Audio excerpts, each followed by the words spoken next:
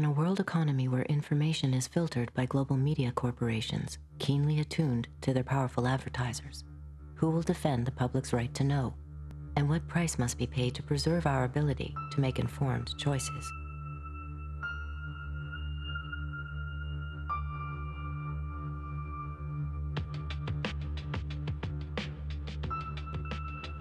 What Fox Television told us was that we were just the people to be the investigators. Do any stories you want, ask tough questions, and get answers.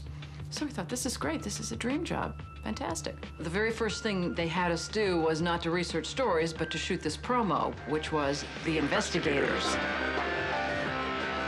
Uncovering the truth, getting results, protecting you. And they had a film crew and a smoke machine, and we were silhouetted. Investigative reporter Steve. One of the first stories that Jane came up with was the revelation that most of the milk in the state of Florida and throughout much of the country was adulterated with the effects of bovine growth hormone. With Monsanto, I didn't realize how effectively a corporation could work to get something on the marketplace. The levels of coordination they had to have. They had to get university professors into the fold. They had to get experts into the fold. They had to get reporters into the fold. They had to get the public into the fold. And of course, the FDA, let's not leave them out. They had to get the federal regulators convinced that this was a fine and safe product to get it onto the marketplace. And they did that. They did that very, very well. Posilac is the single most tested new product in history and is now available to you specifically so you can increase your profit potential. The federal government basically rubber-stamped it before they put it on the marketplace. The longest test they did for human toxicity was 90 days on 30 rats, and then either Monsanto misreported the results to the FDA, or the FDA didn't bother to look in depth at Monsanto's own studies. The scientists within Health Canada looked very carefully at bovine growth hormone and came to very different conclusions than the Food and Drug Administration in the US did. Monsanto's engineered growth hormone did not comply with safety requirements. It could be absorbed by the body and therefore did have implications for human health. Mysteriously, that conclusion was deleted from the final published version of their report. I personally was very concerned that there's a very serious problem of secrecy, conspiracy, and things of that nature. We have been pressured and coerced to pass drugs of questionable safety, including the RBST.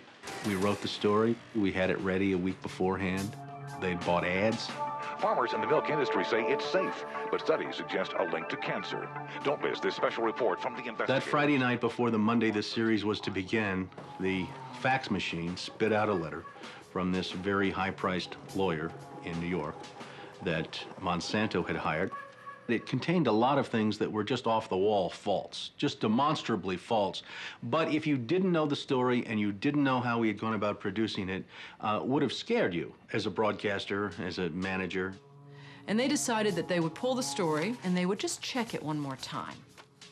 But the bottom line was that there was no factual errors in that story.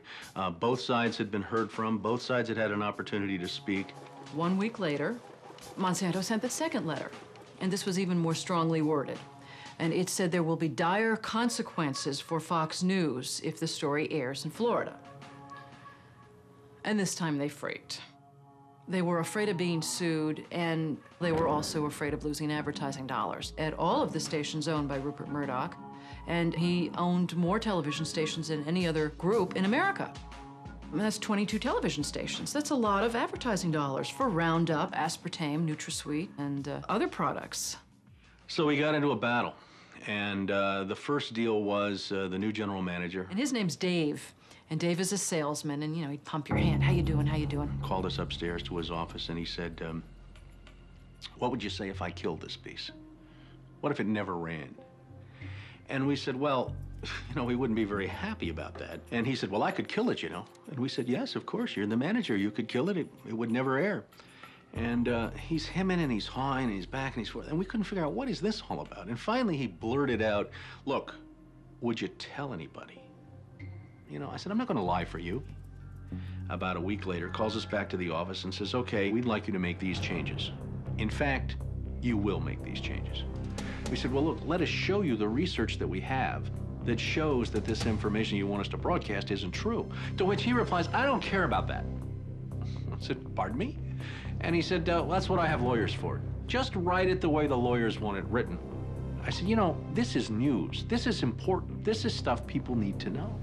And I'll never forget, he didn't pause a beat, and he said, we just paid $3 billion for these television stations. We'll tell you what the news is. The news is what we say it is. I said, I'm not doing that. And he said, well, he said, if you refuse to present this story the way we think it should be presented, you'll be fired for insubordination. I said, I will go to the Federal Communications Commission and I will report that I was fired from my job by you, the licensee of these public airwaves, because I refused to lie to people on the air. And it's thank you very much. You'll hear from us right away. Well, 24 hours came and went and we didn't hear a thing. And about a week later, he calls us back, and now we've changed strategies. How about if we pay you some money and you just go away? And I said, how much money?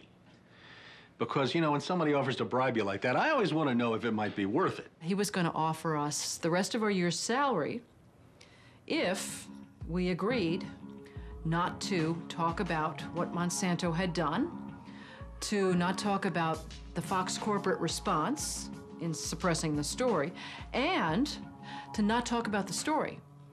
Not talk about BGH, again, anywhere. Not take the story to another news organization. Just zip up.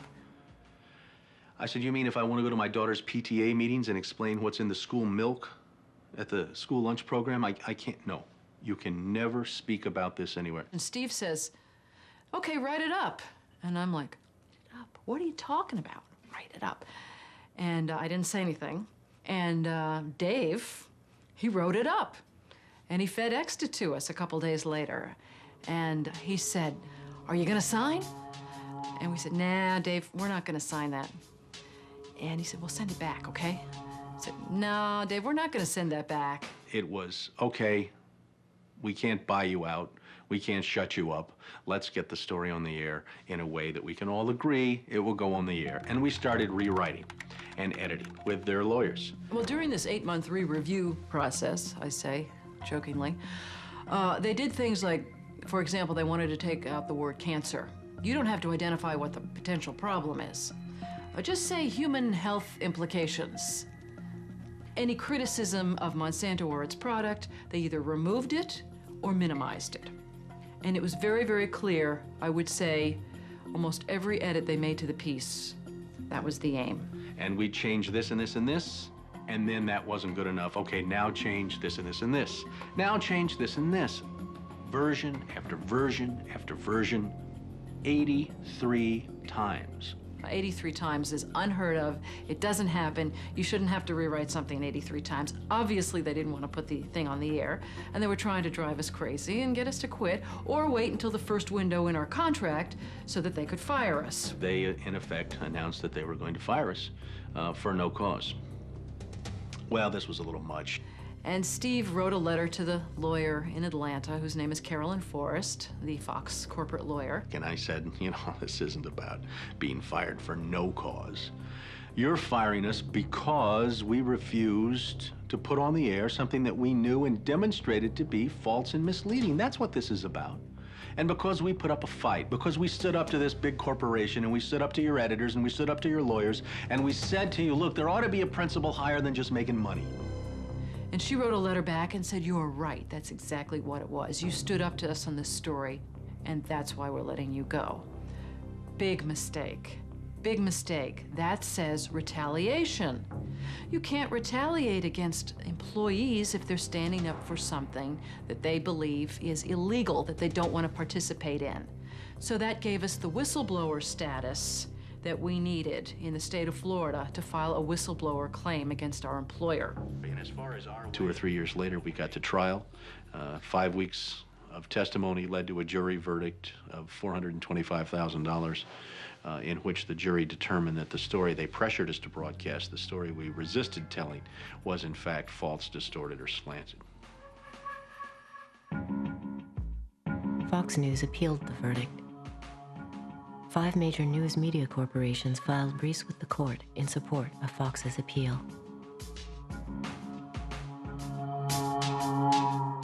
You may recall that Jane Acree, a former reporter here, sued Fox 13 in a whistleblower lawsuit, claiming she was fired for refusing to distort her report.